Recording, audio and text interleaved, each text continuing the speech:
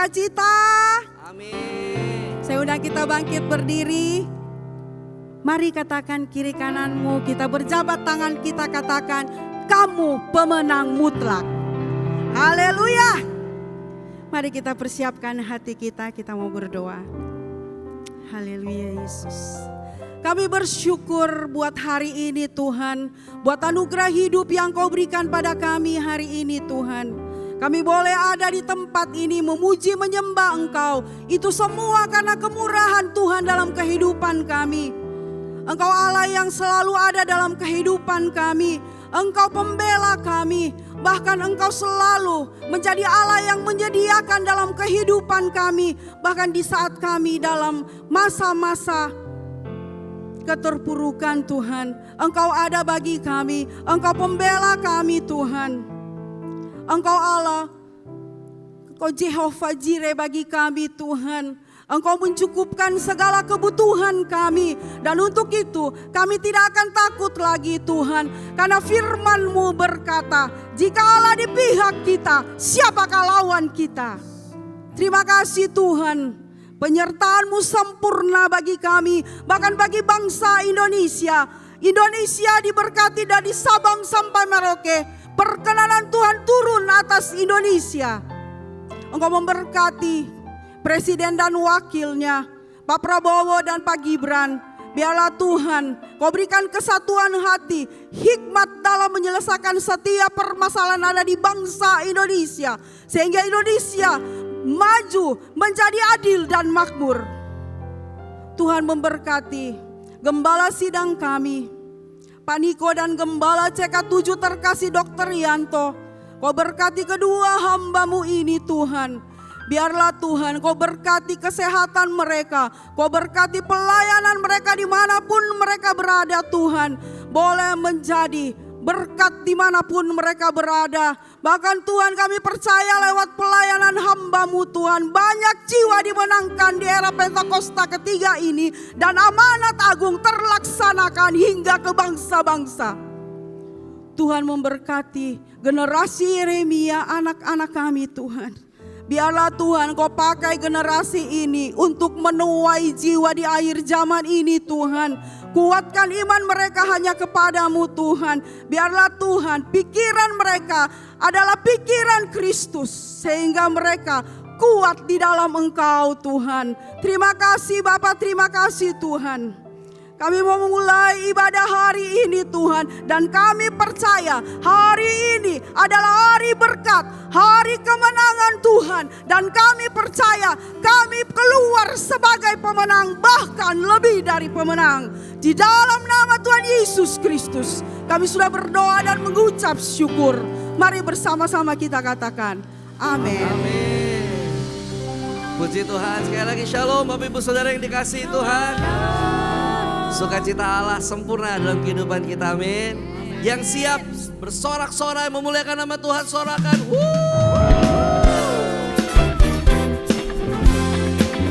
Mari hari ini kita menyanyikan kebaikan Tuhan. Sebab Dia Allah bagi setiap kita. Haleluya.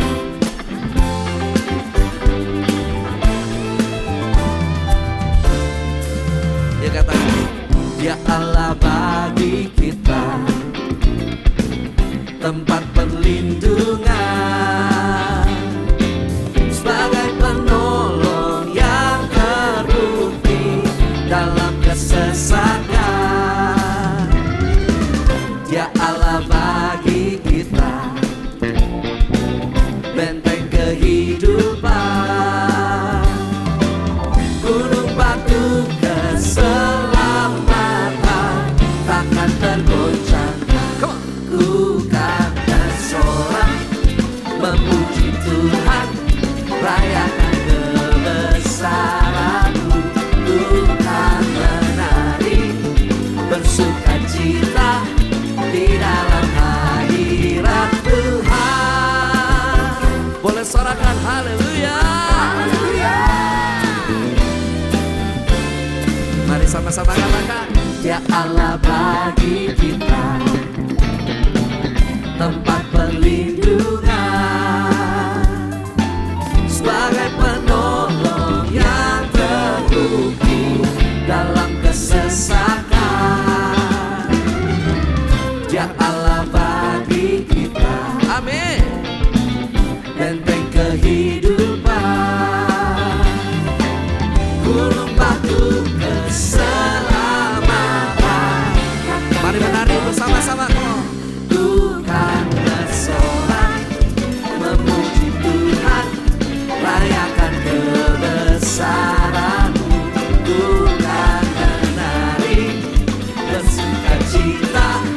di dalam hadirat Tuhan.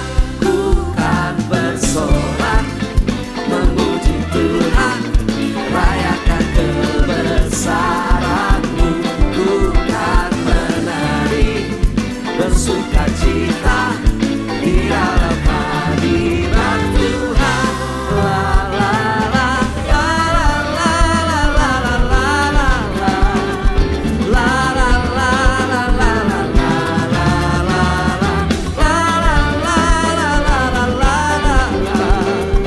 La la la la la la la.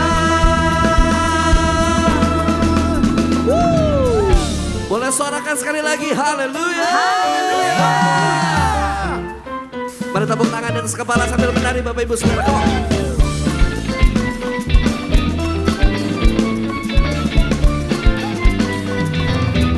Mari yang wanita.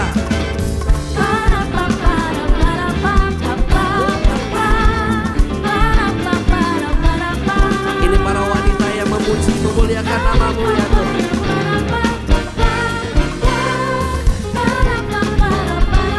Ganti yang pria. Para para para para para para para para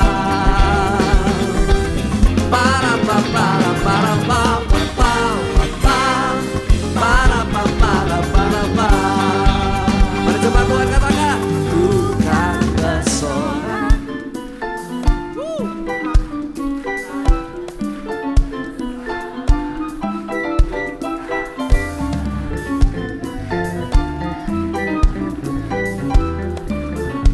Mari lebih lagi.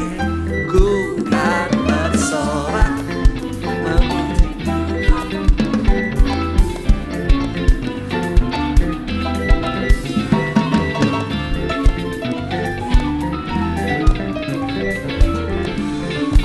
Sama-sama.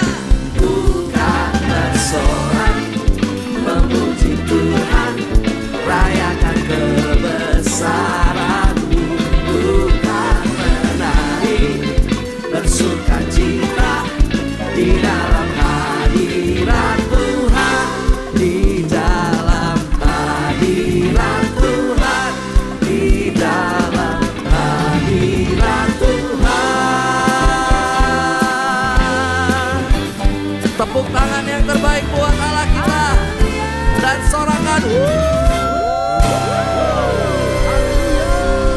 Umat Tuhan, Engkau yang merasakan Tuhan, Engkau yang mengalami kebesaran Tuhan, boleh lambaikan tanganmu, sorakan. Sebab kita punya Tuhan yang luar biasa, kita punya Tuhan yang dahsyat. Siapa namanya? Yesus.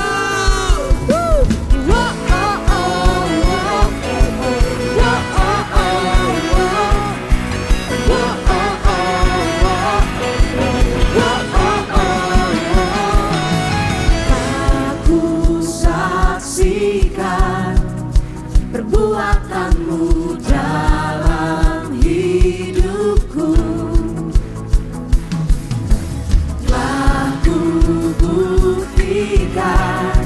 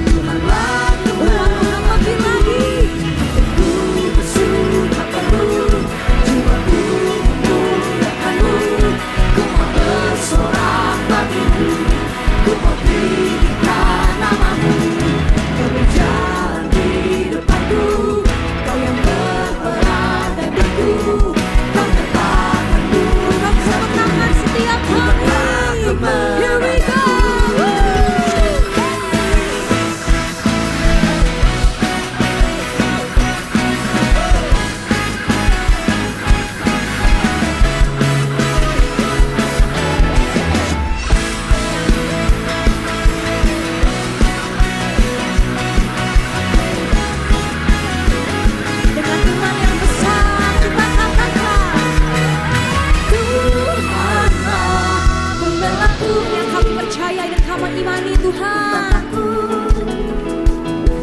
Takkan imanku tergerakmu. Yesus Tuhan Raja, Tuhanlah pembelaku. Bukan aku, takkan imanku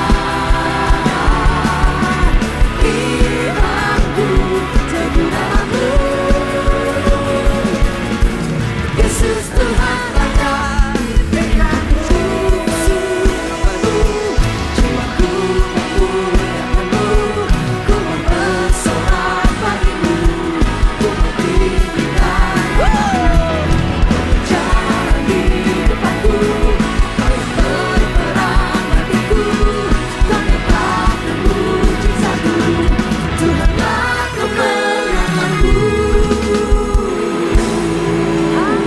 kasih tepuk tangan yang meriah buat Tuhan Yesus.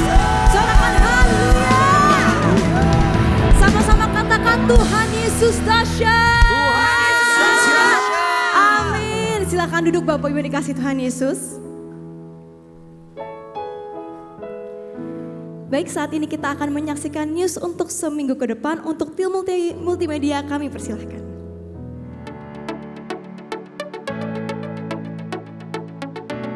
Shalom. Berikut kami sampaikan beberapa pengumuman.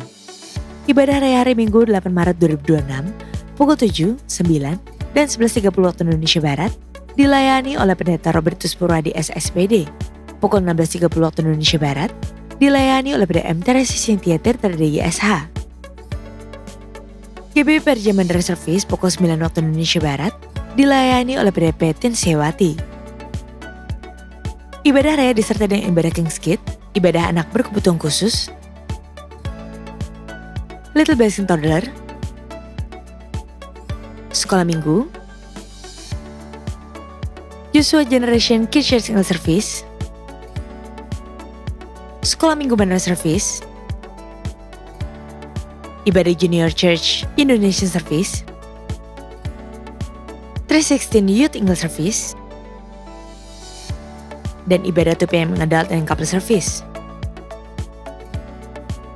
Sesuai firman Tuhan dalam Amsal 3 ayat 9 mengatakan, muliakanlah Tuhan dengan hartamu dan dengan hasil pertama dari segala penghasilanmu. Maka lumbung-lumbungmu akan diisi penuh sampai melimpah-limpah dan bejana pemerahanmu akan meluap dengan air buah anggurnya. Dan sesuai pesan Gembala Sidang, untuk kita menaati firman Tuhan tersebut, maka sebagai gereja yang sepenuhnya mengikuti firman Tuhan, mari kita membawa persembahan buah sulung dengan sukarela, tanpa paksaan, penuh sukacita, dan ucapan syukur. Lakukan dengan beriman saja. Persembahan buah sulung dapat ditransfer ke rekening BCA Cabang Tamrin dengan nomor account 206 371 7878 atas nama GBI PRJ. Jika kita taat melakukannya, maka Tuhan akan membuka tingkap-tingkap langit dan mencurahkan berkat-Nya bagi kita yang taat akan firman-Nya. Amin.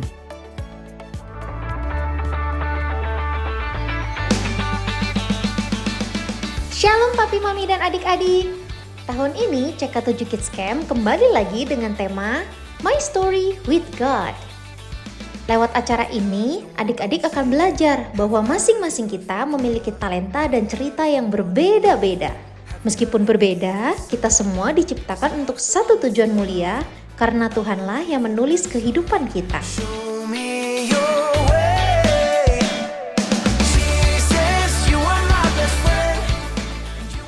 CK7 Kids Camp akan diadakan dari tanggal 18 hingga 20 Juni 2026 di Taman Bukit Palem, Bogor. Saat ini, Papa dan Mama dapat mendaftarkan anak-anak dengan biaya early bird sebesar Rp750.000 dari tanggal 1 hingga 29 Maret 2026. Harga early bird khusus untuk adik-adik yang memiliki kartu absen ya. Kuotanya terbatas, jadi jangan sampai kehabisan ya. Karena setelah itu akan dikenakan biaya regular price sebesar Rp850.000. Acara Kids Camp diperuntukkan adik-adik yang duduk di kelas 3 hingga 6 SD. Yuk jangan sampai kelewatan. See you adik-adik.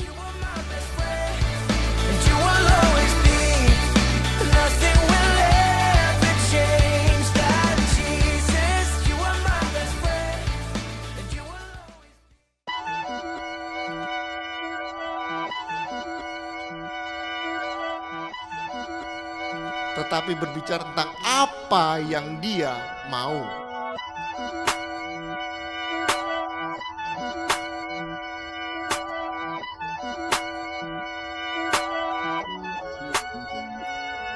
God is good all the time.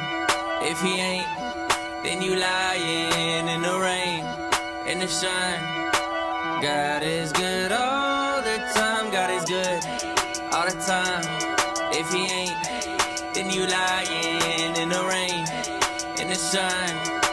God is good all the time. Sehingga ketika kita bermesbah, situasi apapun bisa kita pegang. Karena Roh Kudus itu berbicara sesuai dengan firman-Nya. Dan Tuhan ngomong kayak gini, gak apa-apa anakku. Karena dalam kelemahan mula, kuasaku menjadi sempurna. God is good all the time.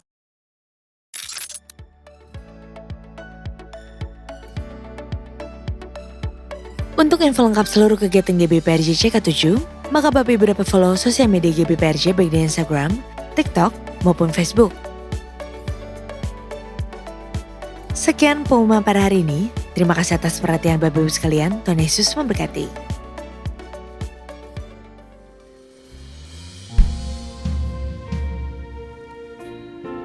Ajar kami menaruh iman percaya kami hanya kepadamu ya Tuhan Yesus.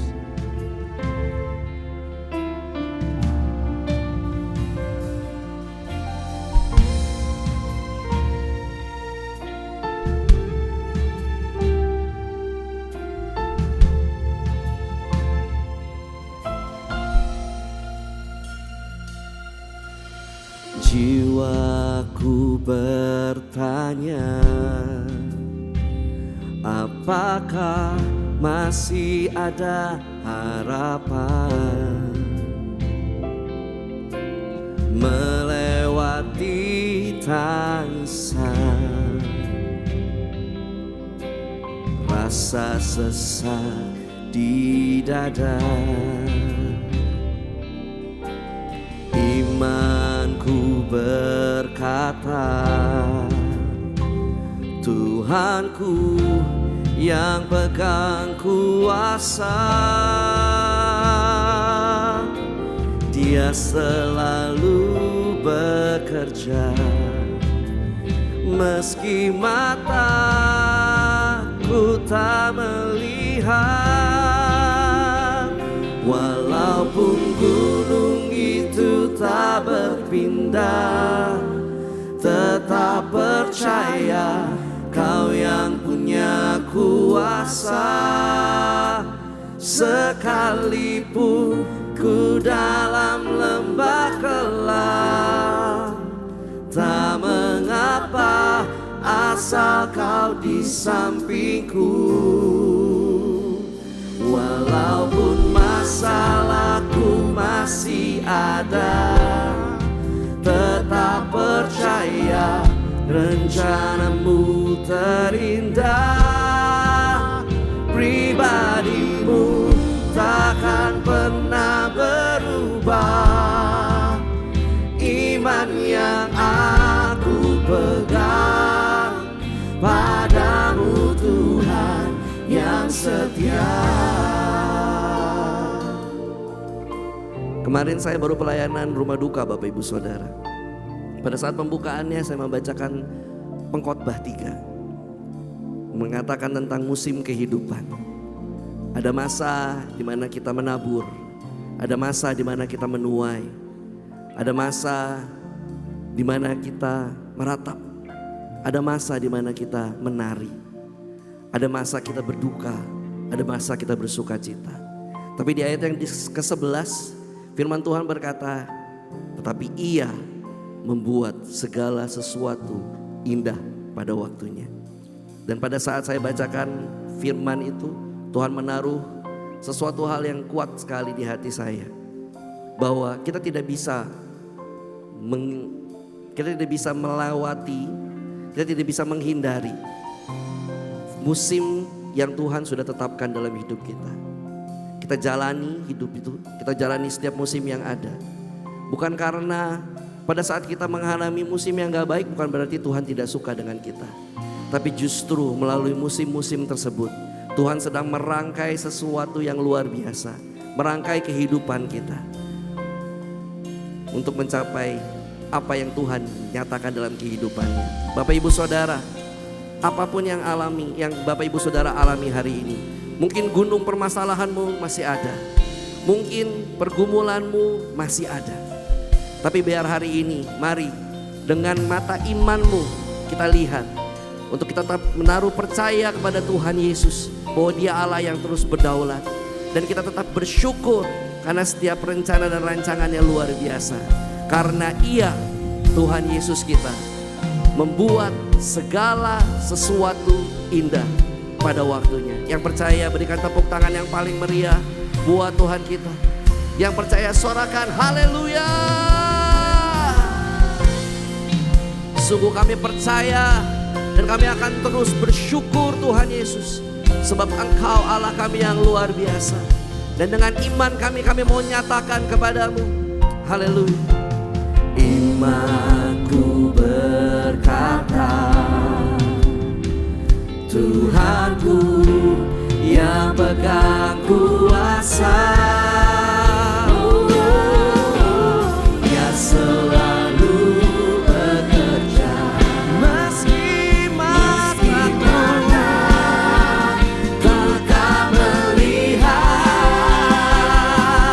walaupun gunung itu tak berpindah, tetap percaya Kau yang punya kuasa. Sekalipun ku dalam lembah gelap, tak mengapa asal Kau di sampingku. Walaupun masalahku masih ada, tetap percaya rencanamu terindah. Pribadimu takkan pernah berubah. Iman yang aku pegang padamu, Tuhan yang setia. Walaupun gunung itu tak berpindah, tetap percaya. Kami akan tetap percaya Tuhan kuasa. Sekalipun ku dalam lembah gelap, tak mengapa asal Kau di samping, asal Kau di samping kami ya Tuhan. Walaupun masalahku masih ada, tetap percaya rencanamu terindah. Pribadimu takkan pernah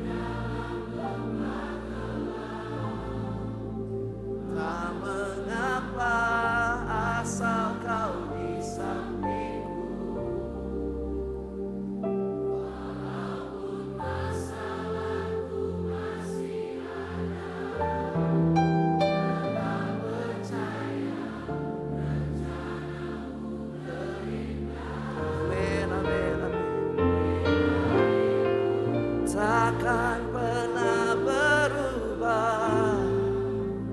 Iman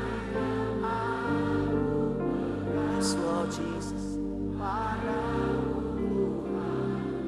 Sambil angkat kedua tanganmu dan nyatakan, walaupun gunung itu tak berpindah, tetap percaya.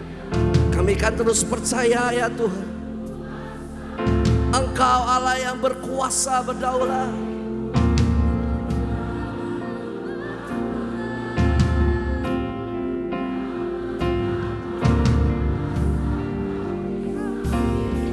Kau selalu ada bersama dengan kami Tuhan Yesus.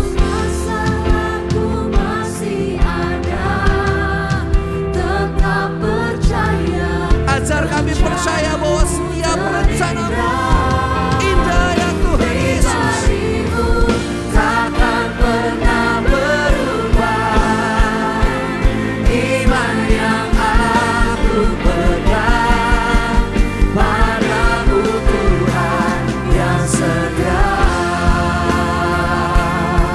Bersama-sama nyatakan, walaupun gunung itu tak berpindah, tetap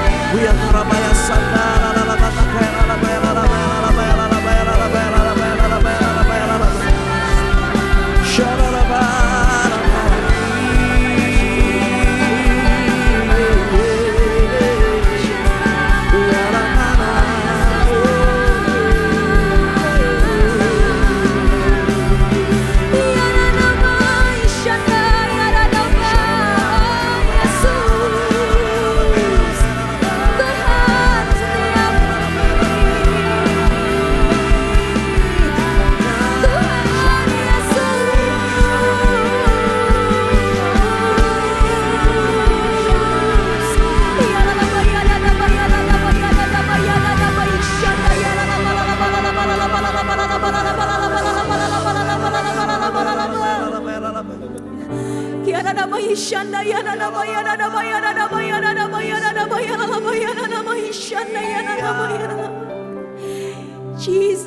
Jesus. Tuhan Yesus, Tuhan Yesus. Yana nama Ishanda, yana nama, yana nama, yana nama, yana nama, yana nama. Tuhan Yesus, Tuhan Yesus, Tuhan Yesus. Yana nama Ishanda, ya kami mengenal Engkau sebagai penyelamat setiap kami Tuhan.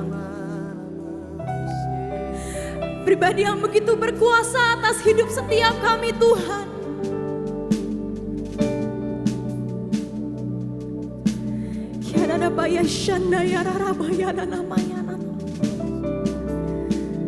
Kuasa dan kasih-Mu selalu sama Tuhan dalam hidup kami Tuhan.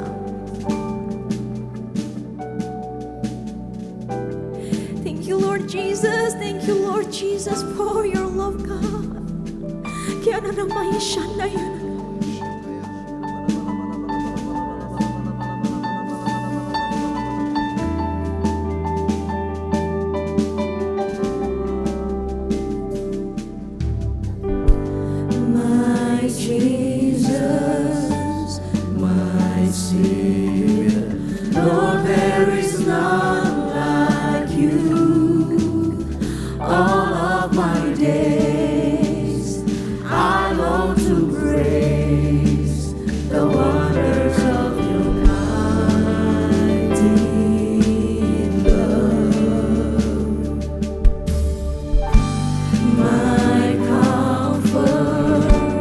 My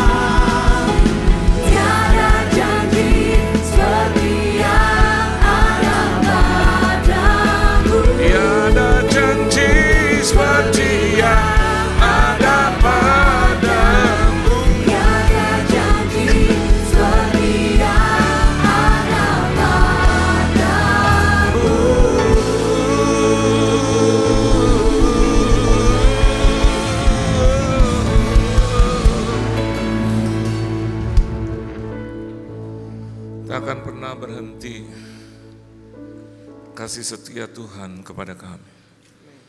Yang sabar, yang baik, yang mengerti kami sampai hari ini.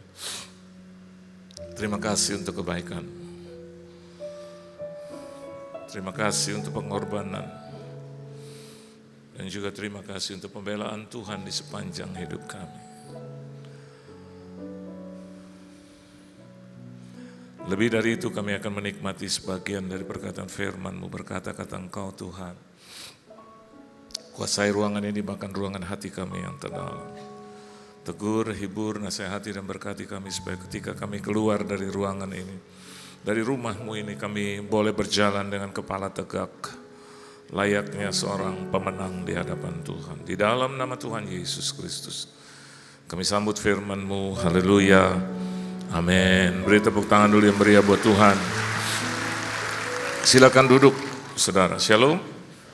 Kehormatan bagi saya boleh melayani Tuhan dimanapun saya ditempatkan.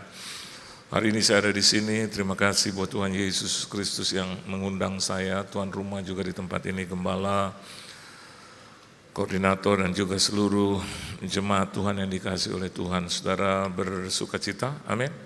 Kita buka Alkitab kita di dalam Injil Lukas pasal yang ke-7, ayat yang ke-9 dan ayat yang ke-10. Kalau saudara sudah mendapatkannya, kita boleh baca bersama-sama. Lukas pasalnya yang ke-7.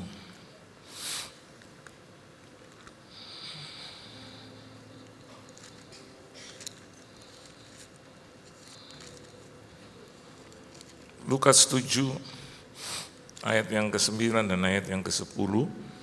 Kita akan baca bersama-sama 1, 2, dan 3. Setelah Yesus mendengar perkataan itu, ia heran akan dia. Dan sambil berpaling kepada orang banyak yang mengikuti dia, ia berkata, aku berkata kepadamu, iman sebesar ini tidak pernah aku jumpai sekalipun di antara orang Israel. Dan setelah orang-orang yang disuruh itu kembali ke rumah, didapatinya lah hamba itu telah sehat kembali. Satu firman yang luar biasa. Ada satu ayat di sini yang di dalam bahasa lain saya suka, I have not found so great faith. No, not in Israel. Wow. No, not in Israel. Kita tahu Israel adalah bangsa pilihan Tuhan. Umat yang dikasihi oleh Tuhan. But Jesus said, no, not in Israel. Can you imagine that? Ini satu perumpamaan saja. Satu hari ketika kita beribadah, ternyata ada satu orang di tempat ini yang menyembah, memuji dan percaya kepada Tuhan, sungguh berdoa dengan sungguh. Dan Yesus yang hadir. Dan dia berkata, to all of us, kepada semua yang hadir, dan dia berkata, wow, he has a great faith, and I never found this faith, no, not in Israel, no, not in the believer. Wow.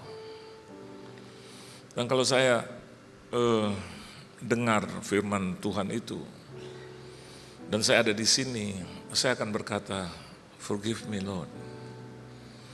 Aku yang sudah mengenal Engkau, aku yang sudah berpuluh-puluh tahun, aku lahir sebagai orang Kristen. And you said, I have not found so great faith. No, not in here. Ini pujian, ya. Beberapa hari yang lalu saya dihubungi oleh teman saya dari IKN. Dia yang dipercayakan pemerintah untuk ada di situ.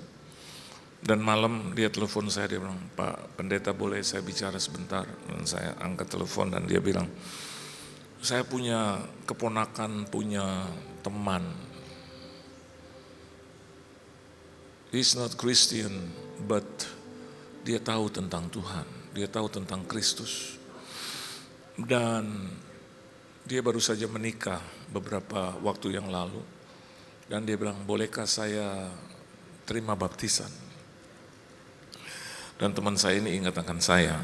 Dan saya bilang, boleh saja. Kenapa? Ya karena semua keluarganya belum di dalam Tuhan. Dan dia berjumpa dengan Yesus. Dan dia percaya dengan imannya bahwa Yesus adalah Tuhan. Dan bagi saya itu adalah satu kebanggaan, meskipun saya juga akan cek and recheck lagi kehidupan dia. Apakah nanti setelah dibaptis akan menimbulkan gejolak. Tapi saya percaya bahwa di tengah-tengah orang yang tidak beriman dan dia menyerahkan hidupnya dan dia katakan jangan cerita dulu dengan istri dan keluarga saya. Biarlah saya dulu dan saya akan mau menjadi role model. Saya mau jadi saksinya Tuhan. Bukankah tahun ini gembalamu juga memberikan satu tema yaitu tahun amanat agung. Meskipun kita melihat ya, banyak prediksi-prediksi luar di sana. Dan ada prediksi yang jauh ke depan tapi tidak lama lagi katanya Yesus akan datang. Dan sudah dimulai ketika Israel dan Amerika Serikat dibantu dengan Amerika Serikat kemarin menyerang Iran. Nah kita tahu bersama bahwa salah satu negara yang menerima Yesus sebagai juru selamat dalam jumlah besar itu adalah Iran. We don't know yet apa yang akan terjadi, tapi pastinya kalau perang ini berlangsung dan juga membutuhkan waktu yang cukup lama, itu juga akan menimbulkan satu efek yang tidak baik buat negeri kita. Karena kita melihat ketika diserang dan menyerang, ya, itu dari emas, minyak, dan perak itu naik lagi. Emas 1,6% dia naik lagi. Dan itu tidak menutup kemungkinan harga-harga yang melonjak dan juga kebutuhan-kebutuhan yang demand-nya akan tinggi. Dan kalau kita katakan seperti ini atau dunia katakan seperti ini, and how about us, bagaimana dengan kita? Nah, ini yang penting. Ketika di dalam masa-masa sulit, dan kita bisa mempertahankan iman itu, pastilah timbul pujian dari Tuhan. Amin. Ya. Seorang perwira di Kapernaum mendapatkan satu pujian dari Tuhan. Pujian buat dia, tapi sekaligus pukulan bagi umat Israel. Dan biarlah kita di sini adalah orang-orang Kristen, orang yang percaya kepada Tuhan, meskipun ada dalam masalah persoalan, tetap percaya bahwa Tuhan sanggup melepaskan kita. Beri tepuk tangan dulu yang meriah buat Tuhan. Nah, mungkin kita bertanya, ada apa di balik iman Kapernaum ini, perwira di Kapernaum ini? Yang kalau kita kaji ulang, sebetulnya ada tindakan-tindakan, saudara. Betul kata Yakobus bahwa iman tanpa tindakan itu mati. Iman tanpa tindakan tidak sempurna, iman tanpa tindakan kosong. Jadi perlu juga ya satu balance antara iman itu, ya. Iman itu bicara juga tentang sesuatu yang dibicarakan orang yang hari ini seringkali kita sedang berpikir ulang, apakah iman saya sudah benar atau tidak. Ya. Nah hari ini kita bisa melihat ada apa di balik iman yang perkasa itu di dalam kehidupan perwira di Kapernaum yang mendapatkan compliment dari Tuhan, pujian dari Tuhan. Coba kita lihat yang pertama, saudara. Anda baca bersama-sama ayat yang kedua dan ayat yang ketiga. Ayat pertama dan yang kedua maksud saya. Kita akan baca bersama-sama 1, 2, dan 3. Setelah Yesus selesai berbicara di depan orang banyak, masuklah ia ke Kapernaum. Di situ ada seorang perwira yang punya seorang hamba yang sedang sakit keras, hamba yang sangat dihargainya. Hamba itu sedang sakit keras dan hampir mati. Ada 3 kata penting seorang hamba yang dihargai sedemikian rupa. Itu yang pertama. Yang kedua, ternyata hamba itu sedang sakit keras. Ya. Sakit kalau sudah keras itu sudah membuktikan tingkat bahaya yang tinggi. Dan Alkitab juga katakan bahwa hampir mati. Betapa parahnya. Nah dari 2 ayat ini saya mendapatkan satu pemahaman yang baik dari Tuhan. Iman yang dipuji oleh Tuhan itu adalah iman dalam tindakan memperhatikan juga orang-orang yang dimarginalkan atau orang-orang kecil, orang miskin, orang susah. Hamba itu bicara tentang seperti pembantu rumah tangga, orang yang membantu dia. Yang mungkin bagi sebagian orang tidak dipandang atau dipandang pun sebelah mata. Nah hari ini ternyata iman kita berhubungan dengan hal seperti itu. Berhubungan dengan orang-orang yang susah di sekitar kita. Berhubungan dengan orang-orang yang membutuhkan pertolongan, bantuan. Yesus pernah berkata, kemana engkau ketika aku telanjang? Kemana engkau ketika aku menderita? Kemana engkau ketika aku lapar? Kemana engkau ketika aku tidak memiliki apa-apa? Ternyata kalau kita juga bisa memperhatikan orang yang di bawah kita dalam kesulitan, dalam persoalan, masalah, maka pujian itu juga akan diberikan porsi yang sama menyangkut iman kita.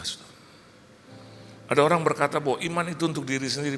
Betul, tapi bagaimana kita bisa mempraktekannya dalam kehidupan kita sehari-hari yang sementara masih dikelilingi orang-orang yang membutuhkan itu. Yesus memang sudah tidak ada di dalam dunia, tapi dia berkata, engkau adalah saksi-saksiku, engkau adalah pelayan-pelayanku, engkau harus beritakan Injil. Dan dalam pemberitaan Injil itu tidak lupa kita melihat banyak misionaris-misionaris sampai datang ke Indonesia, sehingga akhirnya Indonesia bisa dimenangkan oleh Tuhan. Bagaimana cara mereka datang? Sederhana, saudara, memperhatikan orang-orang di pedalaman. Orang-orang yang susah dari negeri-negeri luar, saudara. Mereka memberikan bantuan demi bantuan. Dan sampai hari ini, saudara, isu itu tetap berlaku. Kalau ada orang Kristen memberikan bantuan kepada orang bukan yang Kristen, katanya ini kristenisasi. Sebetulnya tidak. Tapi memang itu yang diajarkan oleh Tuhan supaya kita bisa memberi dan membagi. Amin, saudara. Dan kalau kita lihat kebutuhan mereka, kita melihat kelas mereka, rasanya kita selalu bilang, ini bukan kelas, it's not my class, it's not my standard. Kita bilang beda deh.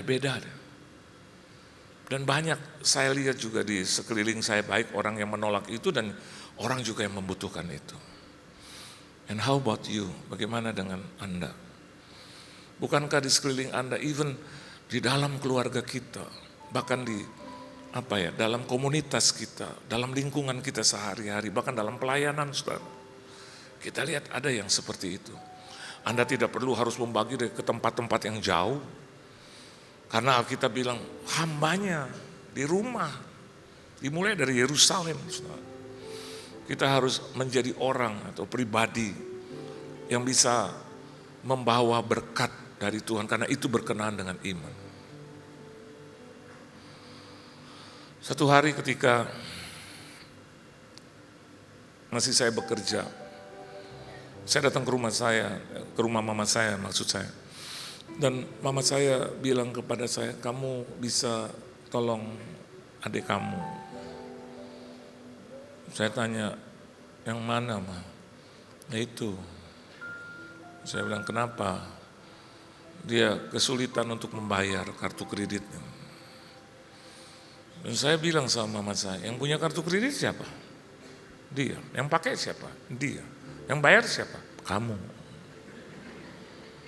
Kadang, kalau kita lihat rencana Tuhan gitu, kadang-kadang suka gak masuk akal, maunya Tuhan tuh suka gak masuk akal. Tapi nanti later on, Anda akan tahu apa itu rencana Tuhan sesungguhnya. Rencana Tuhan kalau Anda mau tahu adalah membuat imanmu maju atau tidak. Itu yang pertama. Ketika Anda mengerjakan, membuat imanmu maju atau tidak. Yang kedua, menimbulkan damai sejahtera atau tidak. Dan itu harus dipahami. Dan pertama sih saya bilang, tapi kebenaran itu memerdekakan. Saya bilang sama mama saya, kenapa sih harus saya? Mama saya bilang, karena kau bisa melakukan itu. Saya bilang, dari mana mama tahu? Dari roh. Selalu mainannya roh terus. Saya kadang-kadang gak bisa mengerti. Kadang saya suka kritik, mama roh terus mama roh. Kayak kita nggak ada roh, enggak. Roh itu bilang sama mama nggak bohong. Bisa nggak? Saya cek, berapa utangnya segini. Terus saya lihat gitu di tabungan saya, ternyata lebih. Berarti cocok gitu loh. Nggak usah dibantah lagi, cocok. Yang bantah itu daging, saya takut rugi, saudara. Saya udah kerja capek-capek kumpulkan uang, kenapa harus dibagi gitu? Bukan salah saya. Dan mama saya ajar saya gini, kalau kau mencintai, cinta itu harus berkorban, cinta itu harus memberi, cinta itu harus sakit. Aduh, dalam hati nih nyesel gue tadi ke rumah mama. Terus dia bilang mau gak kamu lakukan? Ya udahlah. Kalau udah sama Tuhan, saudara, kalau Anda mengasihi, mencintai, takut dan hormat akan Tuhan, apa aja yang dari Tuhan kita bisa lakukan itu. Betul ya saudara? Kalau Anda punya hati itu mengasihi, takut dan hormat kepada Tuhan, apa aja yang dia bilang, pasti kita bisa melakukannya. Kenapa? Bukan kita yang hebat, tapi Tuhan yang memampukan itu. Saya ajak adik saya untuk pergi ya ke ATM dan saya lihat berapa hutangmu segini, aku punya berapa itu segitu, ya udah kita bagi 2. Selesai. Habis selesai mama saya tuh kayak pemerintah yang berdaulat gitu loh. Bilang, sudah. Saya bilang, enggak. Terus dia bilang, ya sudah. Terus dalam hati saya, kok ya sudah? Jadi bagaimana dengan aku? Gitu. Mama saya bilang, enggak. Kamu gak usah pikirin itu. Biar Tuhan yang selesaikan. Karena kamu sedang menolong orang yang kesusahan. Dan orang susah itu ada di keluarga kamu. Biar kau bisa memberikan cinta yang terbaik dimulai dari keluargamu. Dan dia ditolong. Dan dia boleh mengerjakan pekerjaannya dengan baik. Bagaimana dengan saya? Mama saya gini, gak usah pikirkan. Kau lakukan itu buat Tuhan dengan iman yang teguh kepada Tuhan. Gak apa-apa. Udah selesai gitu. Beberapa bulan kemudian mama saya datang lagi. Kamu bisa tolong adik kamu yang lain. Dalam hati saya, mama kita keluarga bertujuh ya, kebanyakan adik. Dia bilang dia dalam kesusahan. Aduh. Terus mama saya, kalau kamu bisa tolong. Tapi ternyata Tuhan bilang kamu sih bisa menolong. Kenapa harus aku, Mak? Kata Tuhan bilang nanti kau akan jadi hamba Tuhan. Saya bilang terus jadi hamba Tuhan selalu nolong-nolong gitu. Terus mama saya, enggak gitu. Jangan suka negatif dengan Tuhan. Tapi yang kau tolong adalah orang-orang yang membutuhkan. Kemana lagi mama minta tolong? Ternyata roh itu roh yang sama, katakan suruh Yohan lagi. Bisa enggak? Saya bilang berapa segini, saya cek lagi, ternyata bisa. Kalau hutangnya melebihi yang saya punya itu dari setan. Karena Tuhan tidak pernah mencobai kita melebihi kemampuan kita. Dan ternyata bisa, cuman memang harus berkorban. Cuman kita harus mengasihi, dan kasih itu sampai sakit. Saya bilang, aduh, gue baik-baik kumpulin uang, hidup mau bener, berusaha baik, begitu dapat kok kayak dirampas. Begitu saya kasih buat adik saya cium saya, menangis di hadapan saya, terus dia bilang nanti kalau gue diberkati gue balikin, nggak usah, karena sakitnya udah di sini, udah nggak usah. Dan dia bilang enggak, nanti aku akan ganti, nggak usah, nggak perlu, aku mengasihi engkau penuh. Setelah sampai di rumah sama aja gitu. Dia tanya, sudah ya? Udah, ya sudah. Biar nanti ya Tuhan berkati. Oke. Dalam hati saya, kalau bukan mama gue sih. Ya, saya udah isep darahnya tuh. Udah saudara. Dan ternyata apa yang dikatakan oleh mama berbalik lagi. Itu adalah firman Tuhan. Dia hanya mengambil itu firman, beri maka engkau akan diberi. Dan di sini dikatakan, hamba yang dikasihinya, yang dihargainya, dan hamba itu sedang sakit berarti membutuhkan, perlu dan hampir mati, perlu. Ada banyak orang Kadang-kadang kita nggak punya hati, ternyata mereka mati beneran, saudara. Ada banyak kadang-kadang kita hanya cuman tergerak dan tidak bergerak. Yang pertama saya mau katakan buat Anda, baiklah kita juga bisa melihat ke bawah, saudara. Orang-orang yang membutuhkan. Amin, saudara. Orang-orang yang butuh kasih Tuhan. Kadang-kadang saya juga tidak memiliki hati yang cepat gitu loh. Saya lagi di lampu merah, ada pengamen yang mengganggu gitu. Kita lagi tidur, dia ganggu langsung. Masa cinta gitu. Saya suka, aduh ampun ya. Saya pikir Yesus sudah datang kali yang kedua. Saya bilang, shh. Terus saya ambil 2.000 yang ada di untuk parkir uang kecil kan 2.000. Saya taruh dia, saya kasih dia. Nah, anak saya tuh di belakang saya, Papa norak deh, kok 2.000? Saya bilang nggak apa-apa kan biasa 2.000. Kadang-kadang hamba Tuhan juga harus ditegur. Papa kasihan. Coba lihat apanya, lihat itu kaki. Saya lihat kakinya ternyata banyak bulu. Kalau Papa kasih 2.000 nggak cukup untuk beli silet. Habis nyanyinya gitu, rasa cinta gitu. Gitu saya lihat, oh ya gue nggak sadar. Ternyata ini yang dikatakan sekarang gitu. Anak saya langsung keluar 100.000. Nih kasih dia. Saya bilang banyak amat. Anak saya bilang nggak apa-apa ini duit aku. Saya jawab, duit kamu juga dari duit Papa kan? Itu duit gue juga. Udah Pak, kasih Pak, kasihan Pak. Ya dengan sedikit berat hati dan juga karena dari anak saya suka, ya udahlah, buka kaca kasih itu 100.000. Apa yang terjadi saudara? Dia pegang duit saya terus dia bilang gini, terima kasih Pak Pendeta, terima kasih. Loh dia tahu saya pendeta loh. Coba kalau saya kasih 2.000, betul nggak? Dasar pendeta pelit, cuman hebat di atas panggung, di TikTok, gitu. Terus Bapak saya kan salah satu favorit Bapak. Oh ya gara-gara 100.000 ya. Dan Tuhan bilang sama saya, nggak ada salah.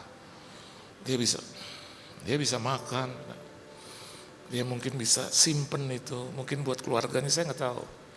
Tapi satu hal, Tuhan tidak pernah berhenti untuk memberkati engkau. Mari banyak Anda lihat orang-orang yang kecil. Anda tahu doa orang kecil itu luar biasa. Beri tepuk tangan yang meriah buat Tuhan. Dan iman yang dipuji Tuhan yang kedua, coba Anda lihat ayat 3. Ayat 3, 4, dan 5, kita baca sama-sama saudara. 1, 2, dan 3. Ketika perwira itu mendengar tentang Yesus, ia menyuruh beberapa orang tua-tua Yahudi kepadanya untuk meminta supaya ia datang dan menyembuhkan hambanya. Mereka datang kepada Yesus dan dengan sangat mereka meminta pertolongannya, katanya, ia layak engkau tolong. Terus 5, sebab ia mengasihi bangsa kita dan dialah yang menanggung pembangunan rumah ibadat kita. Kenapa layak ditolong? Kenapa saudara? Karena tua-tua Yahudi, hamba-hamba Tuhan bilang begini, karena perwira di Kapernaum ini yang menanggung pembangunan rumah ibadat kami. Hari-hari belakangan ini kita melihat banyak gereja disesal, pekerjaan Tuhan disesal. Dan selalu bicara tentang duit dan duit dan duit. Tapi di sini agak berbeda loh saudara. Dia bisa ditolong, dipuji imannya karena apa? Karena dia bangun tuh tempat ibadah yang sekarang kita sebut gereja tuh. Kadang saya punya khotbah salah satu adalah nanti jangan sentuh bagian Tuhan atau punya Tuhan atau milik Tuhan. Nanti kalau terjadi peperangan kita butuh pertolongan Ustaz. Kita butuh belas kasihan Tuhan dan itu kita bangun dari sekarang. Kayaknya alergi gitu kalau dengar untuk Tuhan, untuk pekerjaan Tuhan, untuk gereja dan selalu bilang mengarang-ngarang. Ini cuma buat pendetanya aja nih, buat pendetanya. Enggak juga. Gereja sebesar ini orang bilang mega church, saya mau katakan buat Anda, tapi Tuhan izinkan kok, gimana? Halo? Dan ini bisa besar kenapa? Karena ada bagian Anda di situ. Amin. Ada bagian Anda yang berpartisipasi di situ. Anda nggak usah gubris, nggak usah hitung apa yang sudah kita berikan, masih terlalu kecil dengan kebaikan Tuhan yang super. Terlalu kecil. Coba hitung dengan nafas yang kita boleh tarik dan lepas. Seorang ibu pernah berkata kepada saya, Pak, saya mau tanya, mana yang lebih penting, baca firman atau doa? Saya sengaja nggak jawab karena saya pikir ini jebakan, ini saya takut direkam. Sekali lagi Bu, mana yang lebih penting, baca firman atau doa? Saya bilang ya nanti saya jawab ya Bu, karena saya lagi ada urusan. Sebenarnya nggak ada urusan apa-apa. Cuman saya minta hikmat Tuhan aja. Besok pagi saya dapat hikmat, malam pagi saya telepon dia. Ibu tahu, saya mau tanya sama Ibu, mana yang lebih penting, tarik nafas atau lepas nafas? Terus dia bilang, Pak kan saya tanya, enggak saya tanya balik. Kalau Ibu bisa jawab nanti saya kasih jawaban.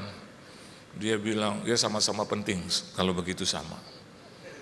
Baca firman dan doa sama. Amin. Nah, beri tepuk tangan yang meriah buat Tuhan. Saya mau katakan buat Anda nanti one day when you needed something, saya mau katakan itu menjadi reward buat kita. Anda sedang menyimpan hartamu di surga loh.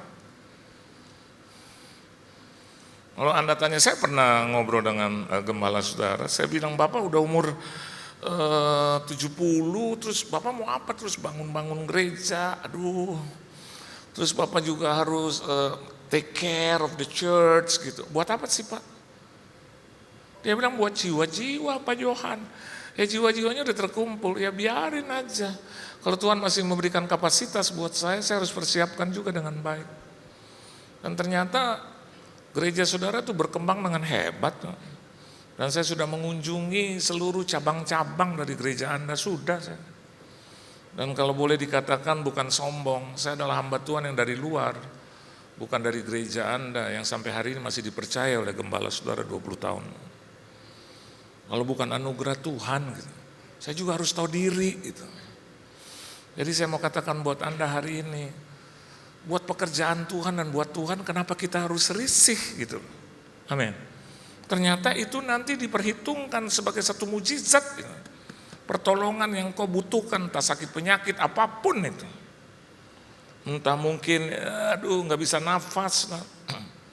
Kemarin saya mengunjungi salah satu teman saya, dia konglomerat, ibunya sakit di tempat tidur, umur 86, nggak bisa nafas, sehingga masuk ventilator dari sini, dari sini.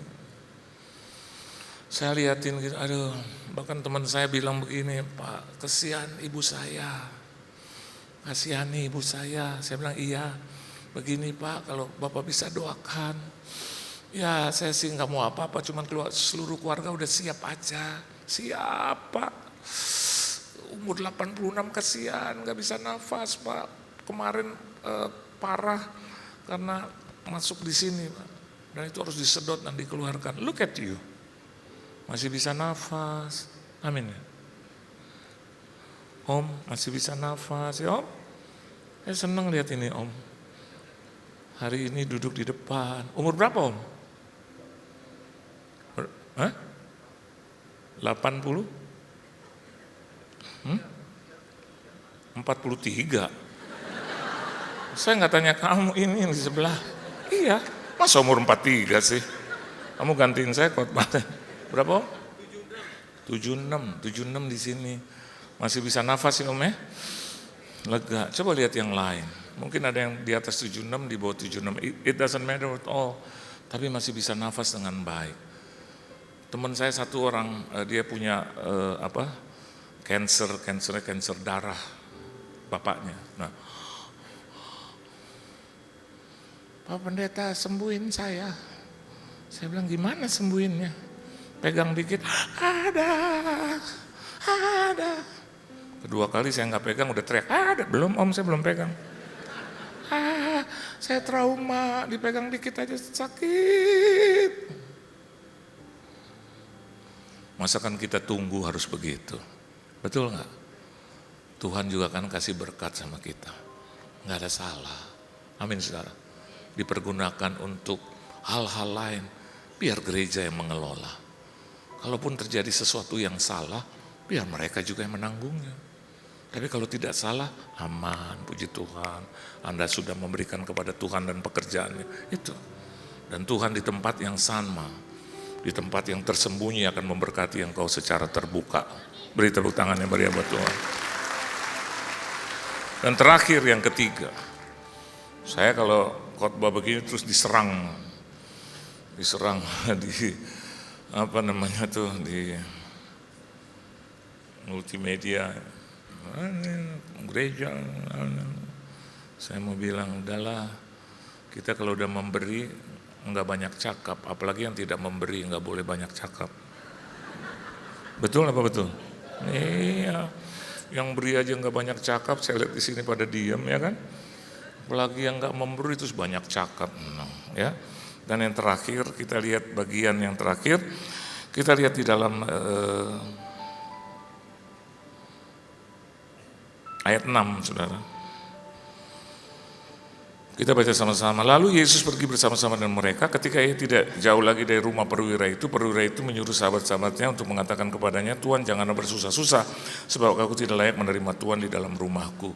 Dalam hidup kita juga harus balance, kita harus punya teman, sahabat. Amin, saudara. Amin. Jangan, Prabowo pernah mengatakan presiden kita, punya musuh satu tuh kebanyakan. Amin, saudara. Kalau boleh hidup kita udah nggak punya musuh lah, udah. Kalau orang mencerca kita udah diam aja, udah diam, nggak usah balas. Karena pembalasan adalah hak Tuhan. Udah, kalau Anda memang benar hidup ya berkenan, udah nggak usah balas. Nanti Tuhan akan balas itu. Ya.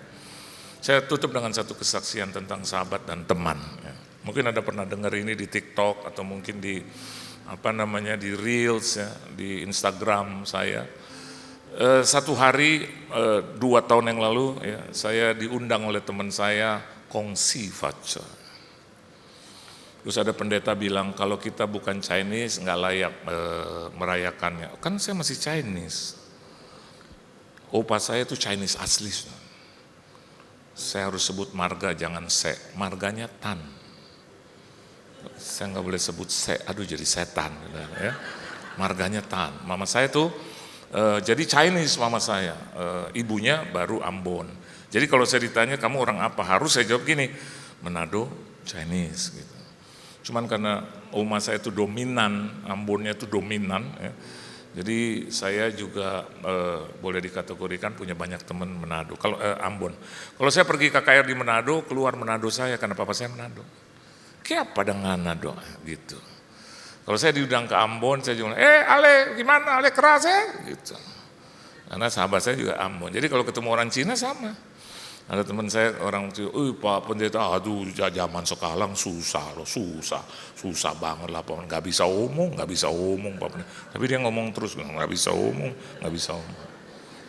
Nah teman saya ini yang satu undang saya ke kongsi facoy 2 tahun lalu. Ternyata dia punya itu saudara, pohon duit. Pohon uang dibuat oleh anak buahnya. Wah tinggi, tingginya bisa mencapai kata Tuhan lah itu, di bawah dikit lah. Karyawannya ratusan datang semua. Saya, istri dan 2 anak dan adik saya, mereka ikut karena mereka tahu ada pohon duit. Begitu duduk, wah saya lihat udah ada ya ratusan. Kita duduk, saya lihat terus mereka kasih pengumuman. Siapa saudara di sini ya, di atas sini ada dari ribuan sampai 10 juta, ada 5 juta dan 10 juta. Saya langsung, oh darah Yesus, benar. Kesempatan yang pertama saya berikan kepada hamba Tuhan. Waduh, biar memetik terlebih dahulu. Saya lihat darah Yesus. Tuhan jangan permalukan saya. Angkat saya tinggi Tuhan. Aku melayani Engkau puluhan tahun. Kalau dihitung dari umur 12 sudah 50 tahun Tuhan. Darah Yesus, haleluya. Haleluya. Banyak juga yang tidak seiman. Jadi saya permuliakan namamu saya dalam. Bapak pendeta ngomong lagi kenceng. Bapak pendeta, aduh dalam Yesus. Udah saya cari-cari. Terus teman saya yang punya bilang ini dikerjakan oleh anak buah kami Pak. Oh puji Tuhan. Terus saya mulai berpikir, biasa kalau tahu sendiri anak buah yang gede-gede selalu diumpetin. Betul nggak?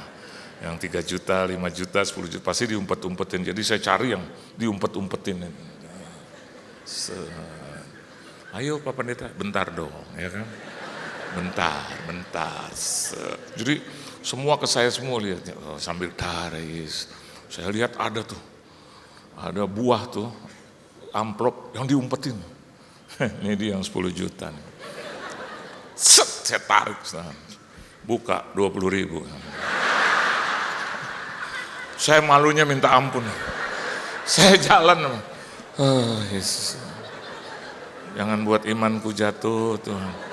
Saya duduk, saudara, saya diam. Orang-orang pada lihat itu, aduh Pak Pendeta gimana sih, kurang doa nih, kurang iman. Wah semua hinaan datang ke saya. Saya, Yesus, no, Tuhan aku udah berdoa, aduh haleluya. Istri saya, nomor 2 istri Pak Pendeta, tarik. Berapa juta kamu dapat? Berapa? 2 juta. Dia tarik, 2 juta. Dan ini istri, saya mau kasih tahu buat Anda, aduh, kalau dia dapat sesuatu yang lebih dari saya, aduh gayanya. Aduh. Anda belum tahu dia bisa begini nih, ya di atas ya kalau saya bohong ya Tuhan.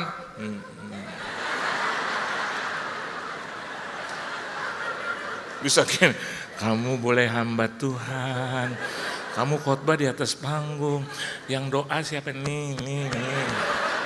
Wih, itu kebencian udah mulai naik loh. Depan ratusan orang bos, saya cuma, duduk. Ding. Wah lebih heboh dari saya. Terus anak-anak saya dapat kesempatan. Ayo anak-anaknya Pak Pendeta. Dapat berapa kamu? 3 juta. Langsung dia kesel. Gimana sih Pak, Bapak hamba Tuhan? Ini anaknya aja 3 juta. Gimana sih? Shh, diam kau. Sekali lagi ngomong hati-hati kamu. Udah diam. Kok Papa jadi begitu? Udah diam ah. Anak saya yang satu lagi. Dapat berapa dia? 2 juta. Dia juga sama kayak istri saya. Papa. Pak, aku belum pujian penyembahan, Pak, udah dapat 2. Dia kan pujian penyembahan ya. Saya pada kurang ajar semua. Udah saya tunggu dia, sesi pertama selesai. Terus tiba-tiba dia bilang, ayo kita makan dulu saudara, amin, nanti ada sesi kedua. Terus tuan rumah bilang begini buat saya, nah itu Pak, masih ada yang 5, 10 loh Pak. Ayo Pak, minta sama Tuhan Yesus. Udah, tadi gue udah minta. 1 jam kemudian sesi yang kedua. Kembali Bapak Pendeta. Oh, kali ini gak bakal gagal.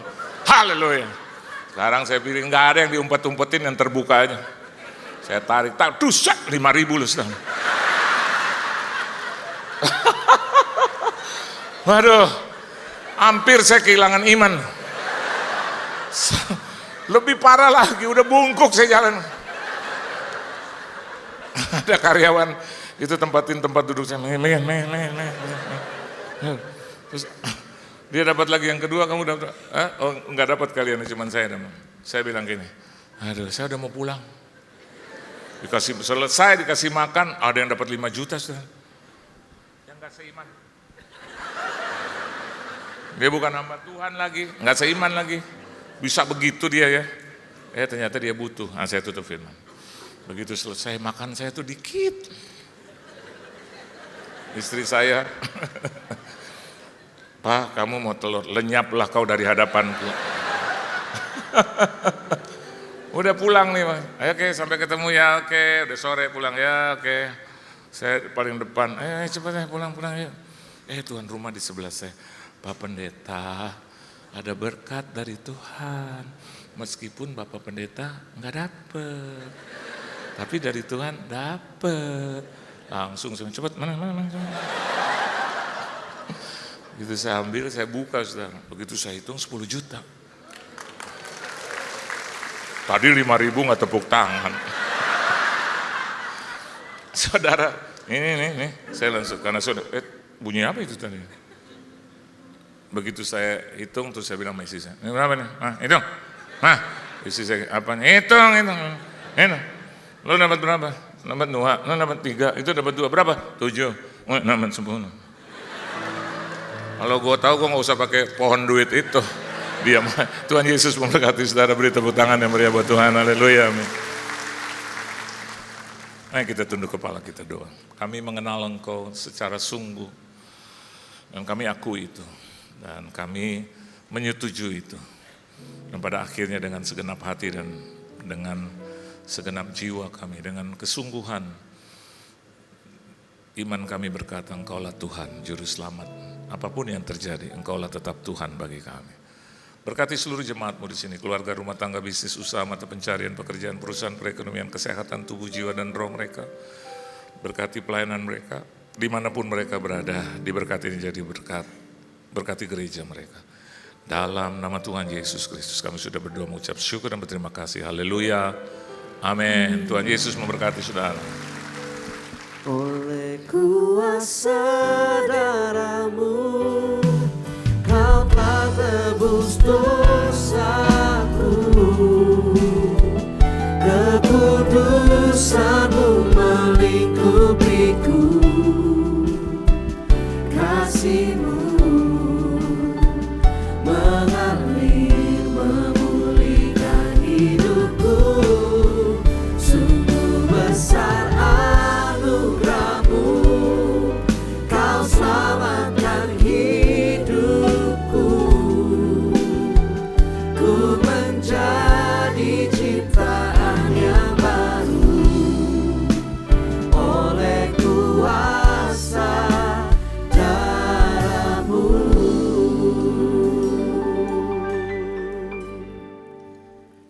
Kita akan masuk dalam perjamuan kudus. Perjamuan kudus adalah perjamuan Tuhan sendiri. Perjamuan kudus berbicara tentang kematian Tuhan Yesus sampai Dia datang untuk kali yang kedua. Setiap kali kita masuk dalam perjamuan kudus, ini pesan Tuhan. Biarlah ini menjadi peringatan akan daku, kata Tuhan Yesus.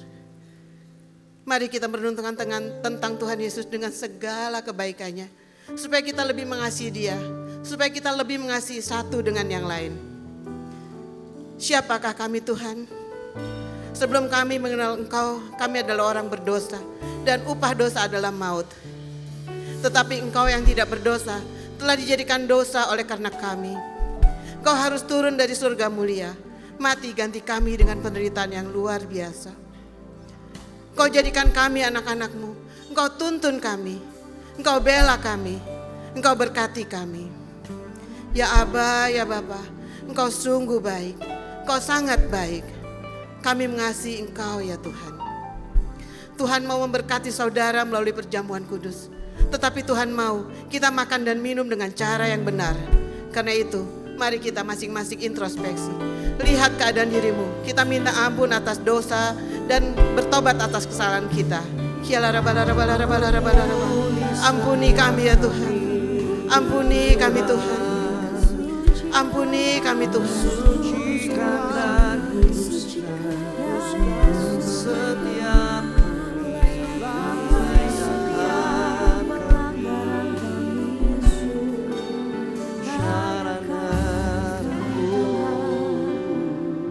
terima kasih Tuhan untuk pengampunan-Mu. Kami akan masuk dalam perjamuan kudus dengan hati yang penuh ucapan syukur. Di dalam nama Tuhan Yesus kami berdoa. Amin. Perjamuan kudus diperuntukkan bagi mereka yang sudah percaya. Anak-anak di bawah 12 tahun jangan makan perjamuan kudus. Apakah semua sudah mendapatkan roti dan anggur? Kalau yang belum bisa angkat tangannya. Mari kita bangkit berdiri.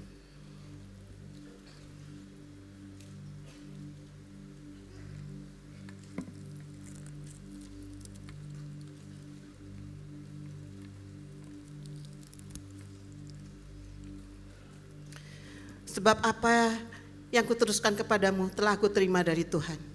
Bahwa Tuhan Yesus pada malam waktu Dia diserahkan mengambil roti. Kita angkat roti di tangan kanan kita tinggi-tinggi. Dan sesudah itu Ia mengucap syukur atasnya. Ia memecah-mecahkannya dan berkata, inilah tubuhku yang diserahkan bagi kamu. Perbuatlah ini menjadi peringatan akan aku. Saudara yang dikasihi Tuhan, bukankah roti yang kita pecahkan ini adalah persekutuan kita dengan tubuh Kristus? Mari kita makan dalam nama Yesus.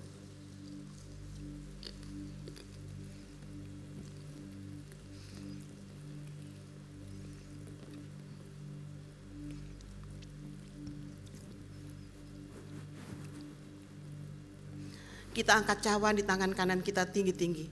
Demikian juga ia mengambil cawan sesudah makan lalu berkata, cawan ini adalah perjanjian baru yang dimeteraikan oleh darahku. Perbuatlah ini setiap kali kamu minumnya menjadi peringatan akan aku. Saudara yang dikasihi Tuhan, bukankah cawan pengucapan syukur yang atasnya kita ucapkan syukur adalah persekutuan kita dengan darah Kristus? Mari kita minum dalam nama Tuhan Yesus. Mari jemaat, angkat kedua tanganmu. Ucapkan syukur dan terima kasih kepada Tuhan. Terima kasih Tuhan. Terima kasih Tuhan. Arahkan hatimu kepada Tuhan dan terimalah pengurapan kasih mula-mula. Pengurapan untuk kita bisa mengerti dan sanggup melakukan kehendak Tuhan dalam kehidupan kita. Kita sanggup melaksanakan amanat agung. Terima pemulihan hubungan dengan Tuhan, pemulihan keluarga, pemulihan ekonomi. Terima mujizat kesembuhan. Terima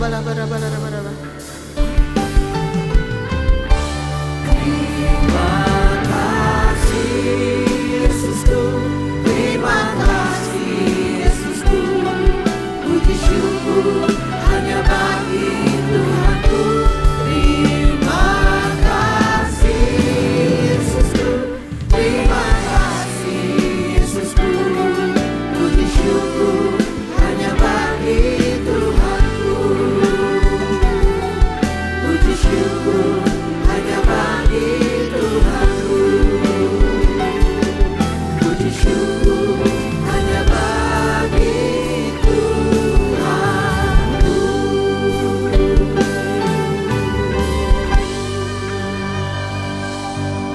Terima kasih Tuhan Yesus untuk pengorbananmu di kayu salib. Dengan darahmu dosa kami diampuni. Dengan darahmu kami diselamatkan. Dengan darahmu kami diperdamaikan. Dan kami dilayakkan untuk memanggilmu Bapa. Sekarang waktunya engkau memberkati jemaatmu. Mari para suami, kepala dalam keluarga, angkat kedua tanganmu. Tuhan, berkati para suami di tempat ini. Berikan hikmat-Mu. Jadikan mereka imam, raja dan nabi yang mengasihi dan memimpin keluarganya dalam takut akan Tuhan. Bimbing mereka untuk senantiasa hidup berkenan di hadapan Tuhan. Mujizat dan berkat Tuhan melimpah dalam kehidupan mereka. Berkati kesehatan mereka, keberhasilan dan kesuksesan atas usaha dan pekerjaan mereka. Di dalam nama Tuhan Yesus. Mari para istri, angkat kedua tanganmu. Tuhan, berkati para istri di tempat ini. Jadikan mereka pokok anggur yang manis di tengah keluarga. Dipenuhi oleh Roh Kudus. Menjadi tiang doa dan penolong bagi suami dan anak-anaknya. Mengikat keluarganya dengan tali kasih-Mu. Menjadi wanita bijak yang membawa keluarga mereka menjadi keluarga yang takut akan Tuhan. Sehingga damai sejahtera dan kebahagiaan meliputi keluarga mereka. Di dalam nama Tuhan Yesus. Mari anak-anak muda yang belum menikah, angkat kedua tanganmu. Tuhan, inilah generasi penerus bagi bangsa ini. Kami mohon penyertaan-Mu dan berkat-Mu bagi mereka. Jadikan anak-anak muda di tempat ini menjadi generasi Yeremia yang mengasihi Tuhan. Melaksanakan amanat agung, berhasil dalam bidangnya, menjadi berkat bagi sesama. Berikan keberanian dan kekuatan untuk menjaga kekudusan. Kami mohon urapi mereka dengan urapan Daniel. Hikmat, kepandaian dan kreativitas 10 kali lebih dari yang lain. Sehingga mereka berhasil dalam studi dan pekerjaan mereka. Di dalam nama Tuhan Yesus. Tuhan, kami juga berdoa bagi para single parent. Angkat kedua tanganmu. Bapa, kami berdoa bagi para single parent. Kami mohon Kau memberkati mereka. Engkau hibur mereka. Dan Kau beri mereka kekuatan untuk hidup kudus dan berkenan di hadapan-Mu. Berikan hikmat untuk menjaga dan mendidik anak-anak mereka. Berkati kesehatan mereka. Keberhasilan dan kesuksesan atas segala usaha dan pekerjaan mereka. Di dalam nama Tuhan Yesus. Mari semua jemaat, angkat tanganmu. Tuhan, terima kasih untuk berkat-Mu yang melimpah dalam kehidupan kami. Terima kasih untuk kesembuhan. Terima kasih untuk kelepasan, untuk jawaban doa, untuk kekuatan dan pengharapan yang baru. Engkau sudah memberkati umat-Mu berlimpah-limpah. Hamba-Mu berdoa untuk mereka. Engkau mengasihi jemaat-Mu di tempat ini. Tutup bungkus mereka semua dengan kuasa darah-Mu. Berikan kekuatan dan hikmat untuk menjadi pelaku firman. Hidup berkenan di hadapan Tuhan. Berkati keluarga demi keluarga. Hamba-Mu percaya seluruh keluarga besar jemaat GPRJ akan diselamatkan oleh Tuhan Yesus. Hamba-Mu berdoa agar Engkau berikan keamatan, perlindungan untuk jemaat-Mu. Kami serahkan mereka semua ke dalam tangan-Mu. Di dalam nama Tuhan Yesus kami berdoa dan mengucap syukur. Mari sama-sama katakan amin. Silakan duduk kembali Bapak Ibu Saudara yang dikasihi Tuhan. Boleh saya melihat tangan-tangan yang diberkati hari ini dengan kebenaran firman Tuhan. Haleluya. Atas nama Gembala, seluruh pengerja dan juga jemaat mengucapkan banyak terima kasih untuk pelayanan dari Bapak Pendeta Johan Lumondong yang sudah memberkati kami dengan kebenaran firman Tuhan. Tuhan memberkati Bapak, Ibu dan keluarga berlimpah-limpah. Puji Tuhan. Dan di kesempatan yang baik ini kami juga mau menyambut apakah ada dari Bapak Ibu Saudara yang baru pertama kali hadir beribadah bersama dengan kami di GBI PRJ, bisa angkat tangannya, jangan malu-malu. Apakah ada?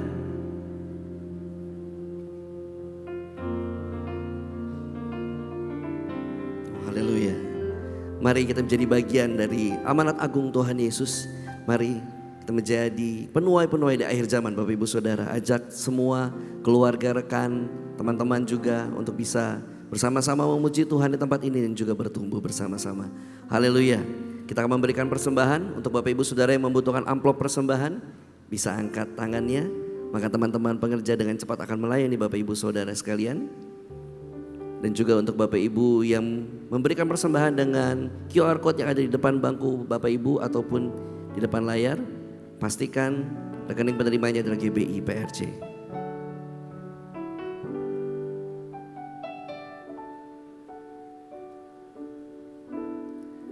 Bila sudah siap, sekali lagi saya boleh undang kita semua bangkit berdiri bersama-sama. Kita akan mendeklarasikan doa persembahan yang akan dilanjutkan dengan doa tutup dan juga doa berkat.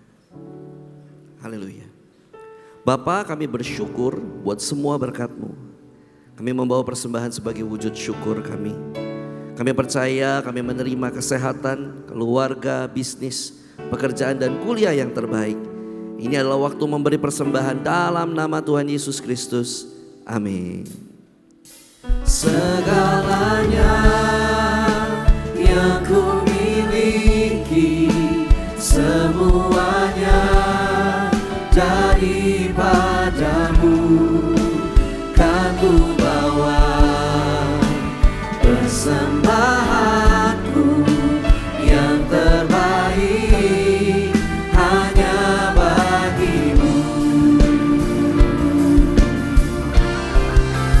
Segalanya yang ku miliki, semuanya daripadamu,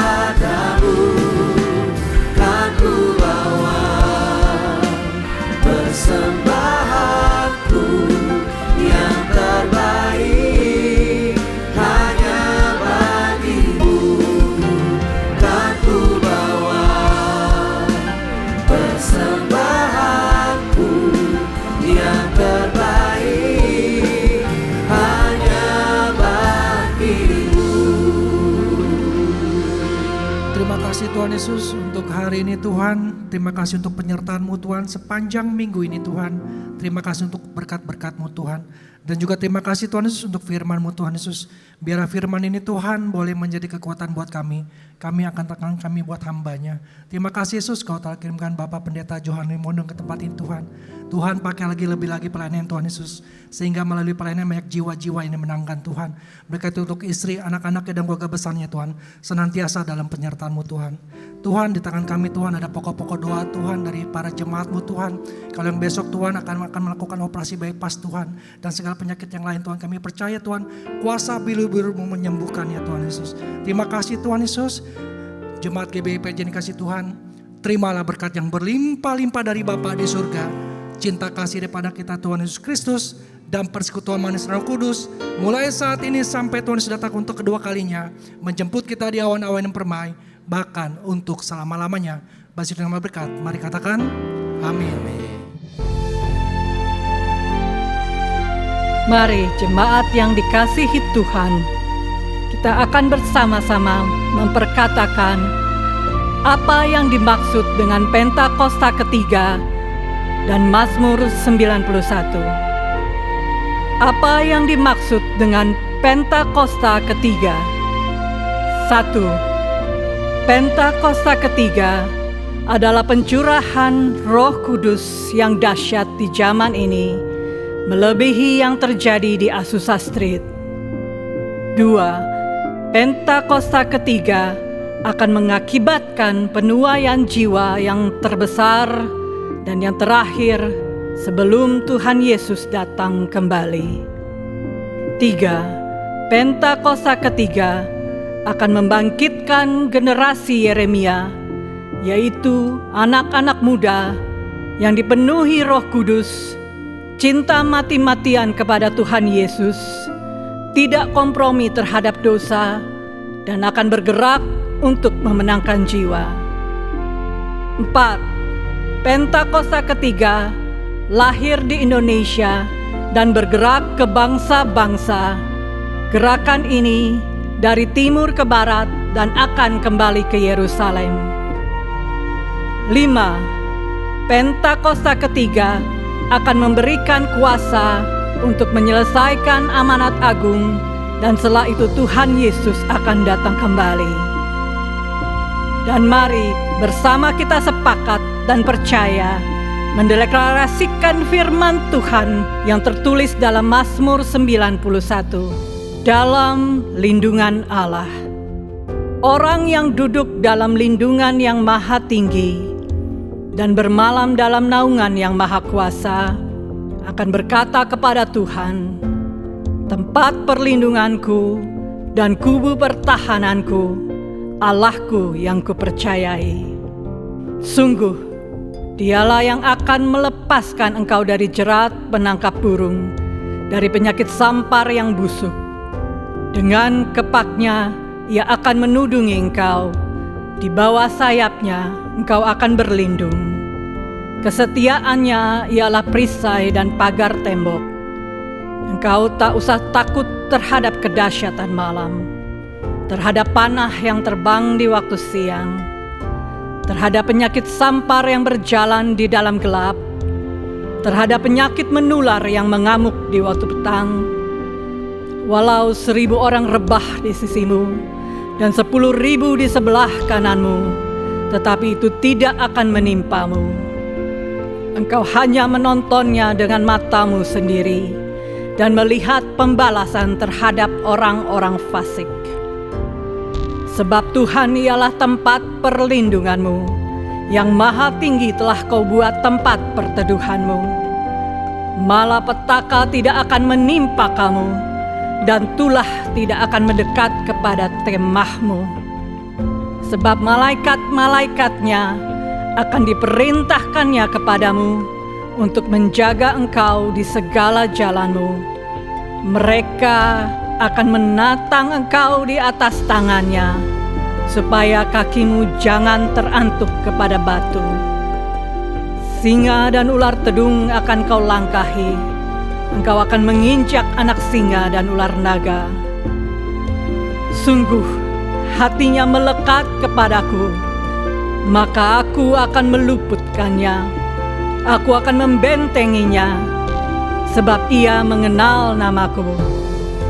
Bila ia berseru kepadaku, aku akan menjawab. Aku akan menyertai dia dalam kesesakan. Aku akan meluputkannya dan memuliakannya.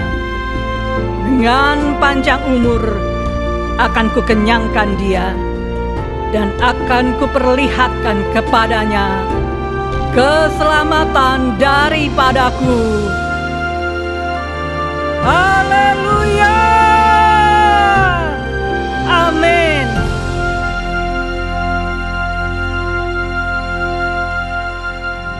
Shalom semuanya. Saat ini kita berada di era di mana kebebasan pribadi dijunjung tinggi dan dihormati.